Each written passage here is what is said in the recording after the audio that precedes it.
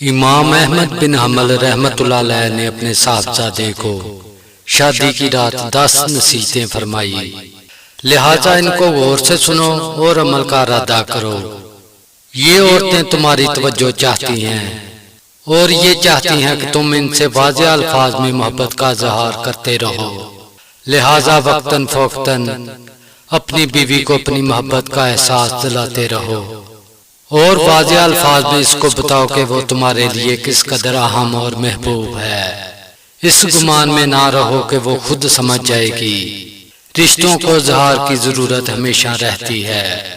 یاد رکھو اگر تم نے اس اظہار میں کنجوسی سے کام لیا تو تم دونوں کے درمیان ایک تلخ دراڑ آ جائے گی جو وقت کے ساتھ بڑھتی رہے گی اور محبت کو ختم کر دے گی۔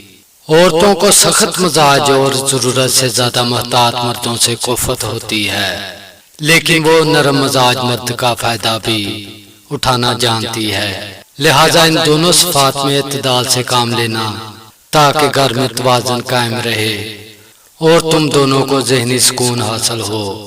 عورتیں اپنے شوہر سے وہی توقع رکھتی ہیں جو شوہر اپنی بیوی سے رکھتا ہے، یعنی عزت، محبت بھری باتیں، ظاہری جمال، صاف ستھرا لباس اور خوشبودار جسم، لہٰذا ہمیشہ اس کا خیال رکھنا۔ یاد رکھو گھر کی چار دیواری عورت کی سلطنت ہے۔ جب وہ وہاں ہوتی ہے تو گویا اپنی مملکت کے تخت پر بیٹھی ہوتی ہے۔ اس کی اس سلطنت میں بے جا مداخلت ہرگز نہ کرنا اور اس کا تخت چھیننے کی کوشش نہ کرنا۔ جس حد تک ممکن ہو گھر کے معاملات اس کے سپرد کرنا اور اس میں اس کو آزادی دینا۔ ہر بیوی اپنے شوہر سے محبت کرنا چاہتی ہے، لیکن یاد رکھو اس کے اپنے ماں باپ، بہن بھائی اور دیگر گھر والے بھی ہیں جن سے وہ لا تعلق نہیں ہو سکتی اور نہ ہی اس سے ایسی توقع جائز ہے، لہذا کبھی بھی اپنے اور اس کے گھر والوں کے درمیان مقابلے کی صورت پیدا نہ ہونے دینا، کیونکہ اگر اس نے مجبوراً تمہاری خاطر اپنے گھر والوں کو چھوڑ بھی دیا تب بھی وہ بے چین رہے گی اور یہ بے چینی بالآخر تم سے دور کر دے گی۔ بلا شبہ عورتیں ٹیڑھی پسلی سے پیدا کی گئی ہیں اور اس میں اس کا حسن بھی ہے، یہ ہرگز کوئی نقص نہیں، وہ ایسے ہی اچھی لگتی ہیں جس طرح بوئیں گلائی میں خوبصورت معلوم ہوتی ہیں، لہٰذا اس کے ٹیڑھے پن سے فائدہ اٹھاؤ اور اس کے حسن سے لطف اندوز ہو۔ اگر کبھی اس کی کوئی بات ناگوار بھی لگے تو اس کے ساتھ سختی اور تلخی سے اس کو سیدھا کرنے کی کوشش نہ کرو، ورنہ وہ ٹوٹ جائے گی اور اس کا ٹوٹنا بالآخر طلاق تک نوبت لے جائے گا۔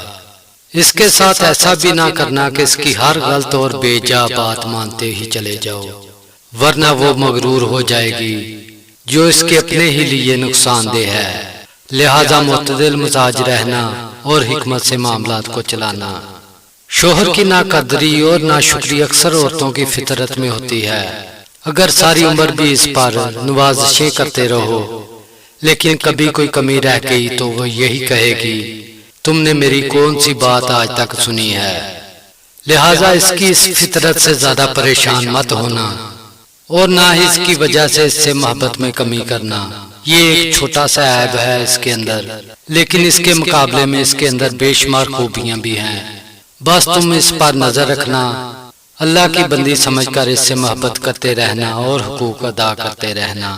ہر عورت پر جسمانی کمزوری کے کچھ ایام آتے ہیں، ان ایام میں اللہ تعالیٰ نے بھی اس کو عبادت میں چھوٹ دی ہے، اس کی نمازیں معاف کر دی ہیں، اس کو روزوں میں اس وقت تک تاخیر کی اجازت دی ہے جب تک وہ دوبارہ صحت یاب نہ ہو جائے۔ بس ان ایام میں تم اس کے ساتھ ویسے ہی مہربان رہنا جیسے اللہ تعالیٰ نے اس پر مہربانی کی۔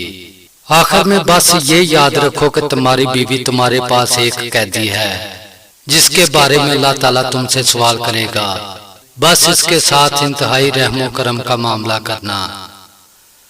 دوستو، اللہ تعالیٰ عمل کی توفیق عطا فرمائے، آمین ثم آمین۔ اگر آپ کو ہماری ویڈیو اچھی لگے تو ہمارے چینل کو سبسکرائب کریں اور ویڈیو کو دوستوں کے ساتھ شیئر کریں۔